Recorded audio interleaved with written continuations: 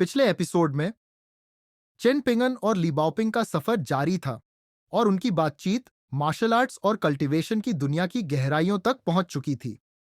ली बाओपिंग ने बताया कि मार्शल आर्टिस्ट और कल्टीवेटर्स की जंग कभी खत्म नहीं होती। दोनों एक दूसरे को नीचा दिखाने में लगे रहते। चेन पिंगान को मार्शल आर्ट्स की असली सच्चाई समझ में आने लगी, लेकिन उसने एक बड़ा फैसला लिया। मुझे इन सब से कोई लेना देना नहीं। इस एपिसोड में हम देखते हैं ली बॉपिंग के चेहरे पर हल्की झिझक और अपराध बोध का भाव। शायद उसे कोई ऐसी बात याद आ गई थी जिसे वह चेन पिंगन को बताना नहीं चाहती थी। वह कुछ देर चुप रही, लेकिन फिर उसने मन ही मन फैसला किया, मुझे जूनियर अंकल से कुछ भी नहीं छिपाना चाहिए। आखिरकार उसने गहरी सांस ली और कहा, junior uncle, big sister Zulu और उनके पिता अंकल जू हे भी हमारे साथ सदर्न बॉर्डर तक जाने वाले थे। ली बॉपिंग का चेहरा दुखी था और उसने धीरे से कहा, मुझे लगा कि तुम्हें वे पसंद नहीं आएंगे, इसलिए मैंने उनसे झूठ बोल दिया। भाई, मतलब उसने जानबूझकर जूलू और अंकल जू ही को धोखा दिया। मैंने उन्हें कहा कि वे हमें शहर के ईस्टर्न गेट पर इंतजार करें, लेकिन असल में हम वहां कभी नहीं गए। भाई, अब यह सुनकर साफ था कि ली बॉपिंग ने सब कुछ अपने हिसाब से प्लान किया था। अब ली बॉपिंग ने खुलासा किया कि अंकल जू ही कोई साधारण व्यक्ति नहीं थे। अगर अंकल जू ही हमारे साथ होते तो वह तुम्हें मार्शल आर्ट सिखा सकते थे। बड़ी बहन झूलू बचपन से मार्शल आर्ट सीख रही है और उसने सब कुछ अपने पिता से सीखा है। मतलब अगर चेन पिंगन के पास अंकल जू ही होते तो उसे मार्शल आर्ट्स में कोई कठिनाई नहीं होती। उसने आगे बताया, हमारे परिवार के पैट्रियार्क ने मुझसे एक बार कहा था, भले ही अंकल जूहे की मार्शल आर्ट्स की क्षमता बहुत ज्यादा न हो, लेकिन वह मार्शल आर्ट सिखाने में एक मास्टर है। मीनार, वे खुद बहुत शक्तिशाली न भी हों, लेकिन उनकी ट्रेनिंग विधियां लाजवाब थी। यहां तक कि अगर वे ग्रेट ली एम्पायर की कैपिटल सिटी में होते तो भी उन्हें एक सम्मानित गेस्ट की तरह रखा जाता। ली बॉपिंग दुखी थी क्योंकि उसकी गलती के कारण वे दोनों अब उनके साथ नहीं थे। लेकिन मेरी वजह से हमारे पास अब ना अंकल जू हे है और ना ही बिग सिस्टर जू लू।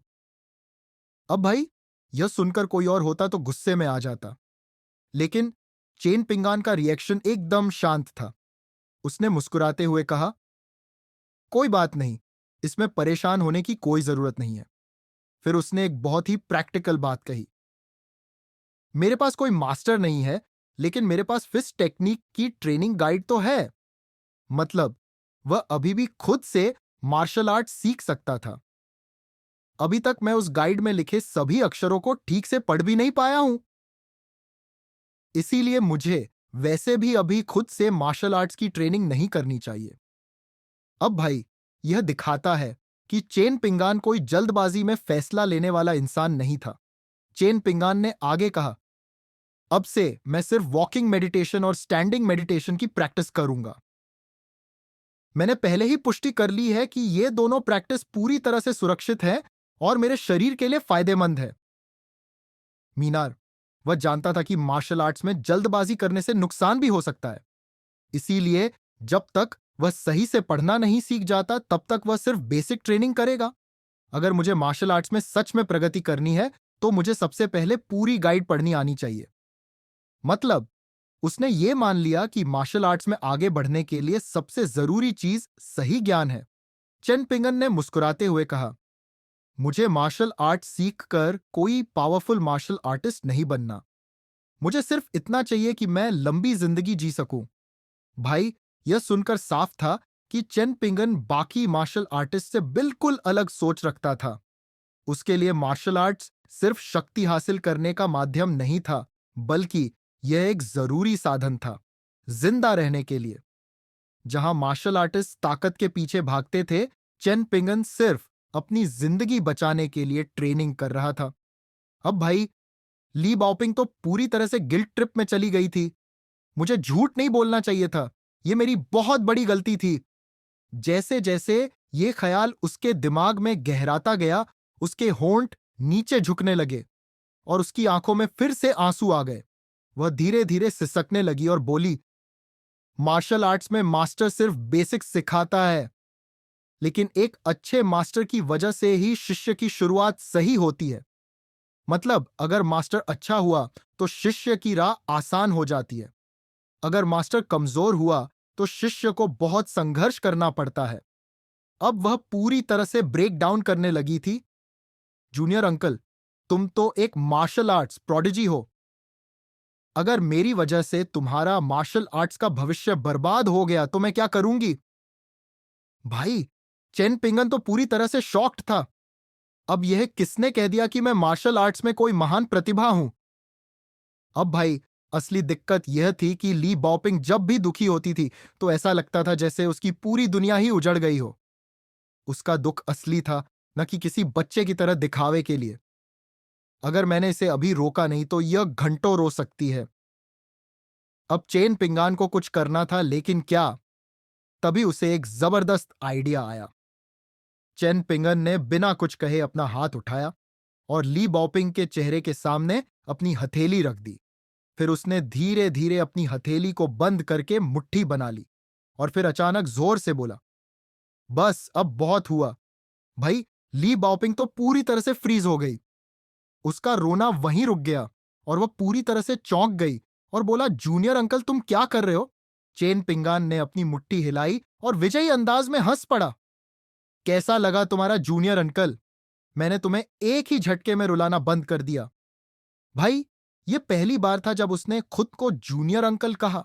अब भाई, ली बाओपिंग अभी भी रो रही थी, लेकिन अब उसके आंसू खुशी और हंसी के बीच फंस गए थे। मतलब वह अब भी दुखी थी, लेकिन चेन पिंगन की इस हरकत से इतनी खुश हो गई कि उसके आंसू पीछे छूट गए।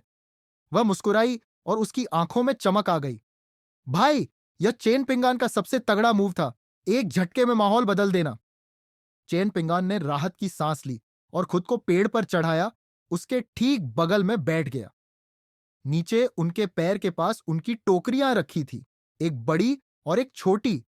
अब ली बॉपिंग थोड़ी शांत हुई और धीरे से बोली, अंकल जू, हे हमेशा बिग सिस्टर जू लू को कहते थे कि अगर कोई मार्शल आर्टिस्ट गलत तरीके से ट्रेनिंग करता है तो वह अपने शरीर को बर्बाद कर सकता है।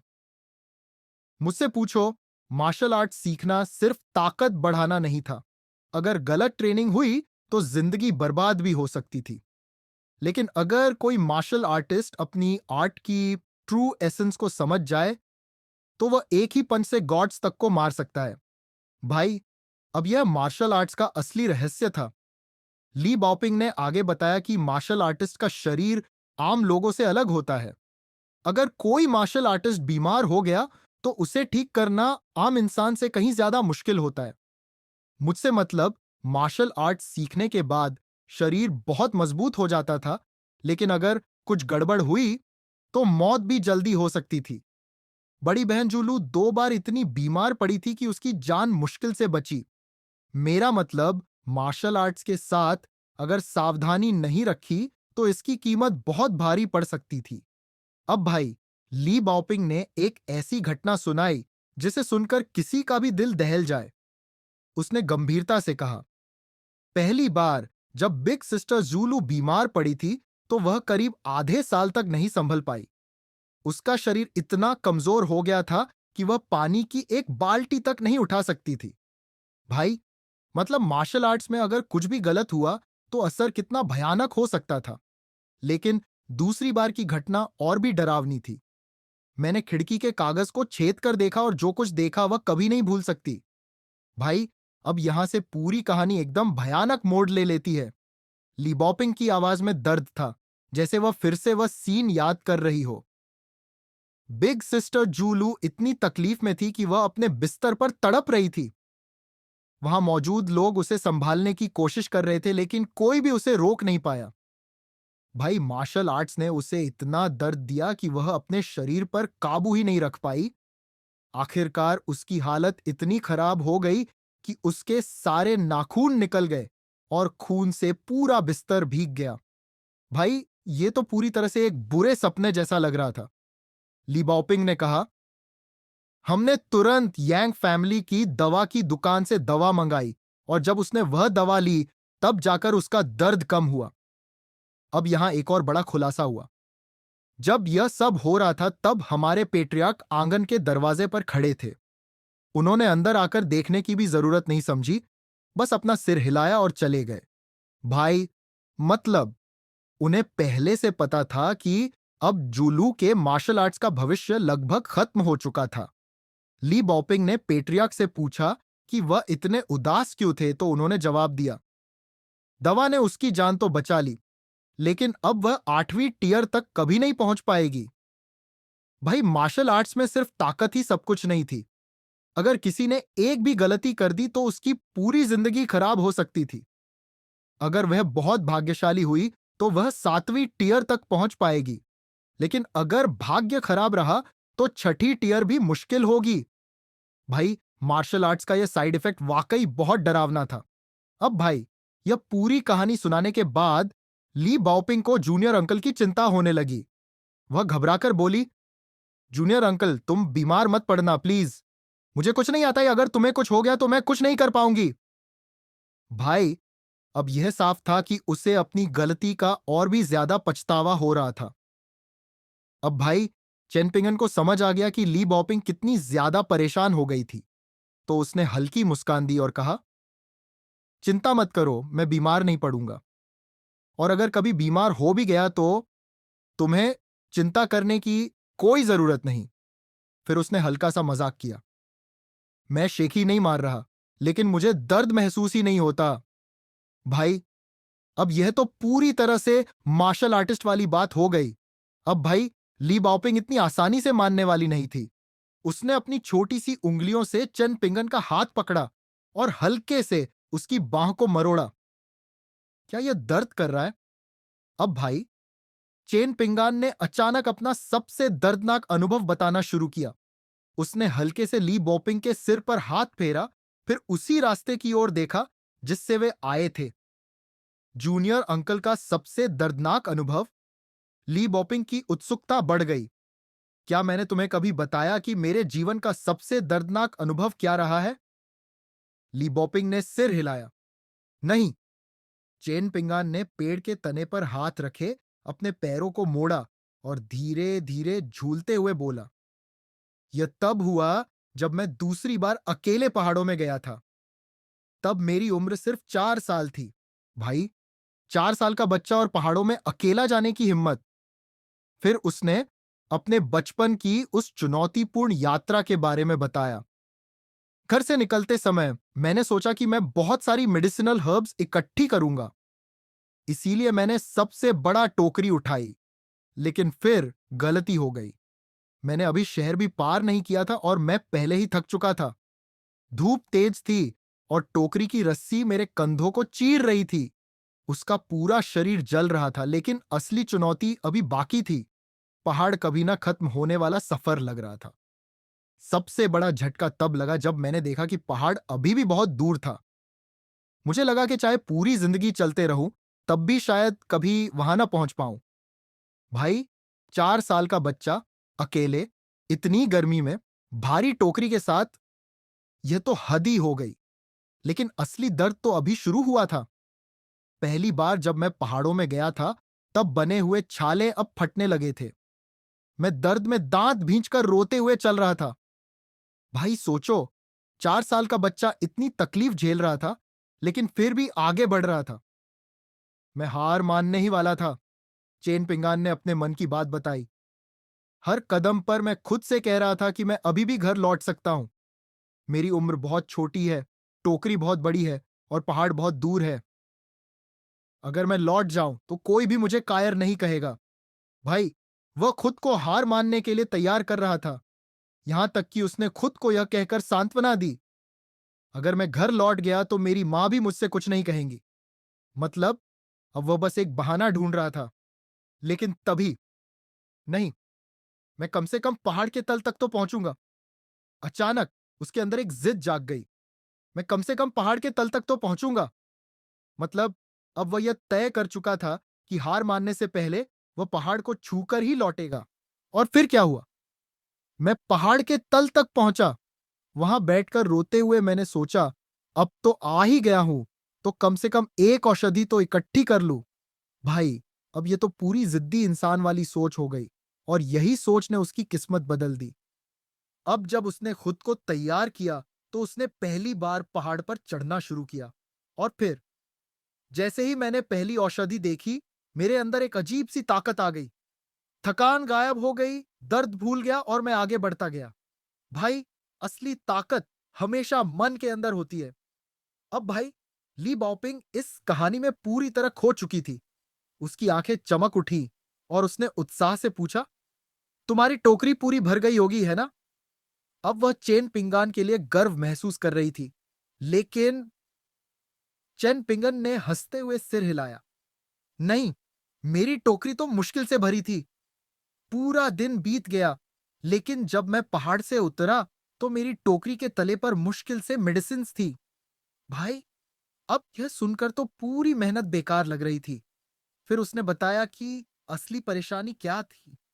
मेडिसिन्स ढूंढना आसान नहीं था। मेरी उम्र भी बहुत छोटी थी और मेरे लिए भारी टोकरी के साथ पहाड़ चढ़ना सबसे मुश्किल काम था। मतलब, जिंदगी की सबसे बड़ी सीख यही थी। सिर्फ जिद ही काफी नहीं, सही तरीका और मेहनत भी जरूरी होती है। अब चैन पिंगन ने कहानी का सबसे दिलचस्प हिस्सा छोड़ दिया। लेकिन असल में मुझे सबसे ज्यादा डर किस बात से लग रहा था? अब भाई, चेन पिंगन की कहानी अचानक ही रुक गई। ली बॉपिंग तो पूरी तरह से ध्यान से सुन रही थी और वह बस यही सोच रही थी, जूनियर अंकल, आप इतना डर क्यों रहे थे? लेकिन चेन पिंगन चुप था और उसने कुछ नहीं कहा। ली बॉपिंग के चेहरे पर उत्सुकता की झलक आई और उसने पूछा, जूनियर अंकल, तुम सबसे ज्यादा किससे डरते थे? लेकिन चेन पिंगन ने हंसते हुए जवाब दिया, कुछ नहीं, कम से कम अब मुझे इससे डर नहीं लगता। भाई, चेन पिंगान का यह जवाब आधे सच और आधे झूठ में डूबा हुआ था। अब चेन पिंगान ने पूरी बात को हल्का किया।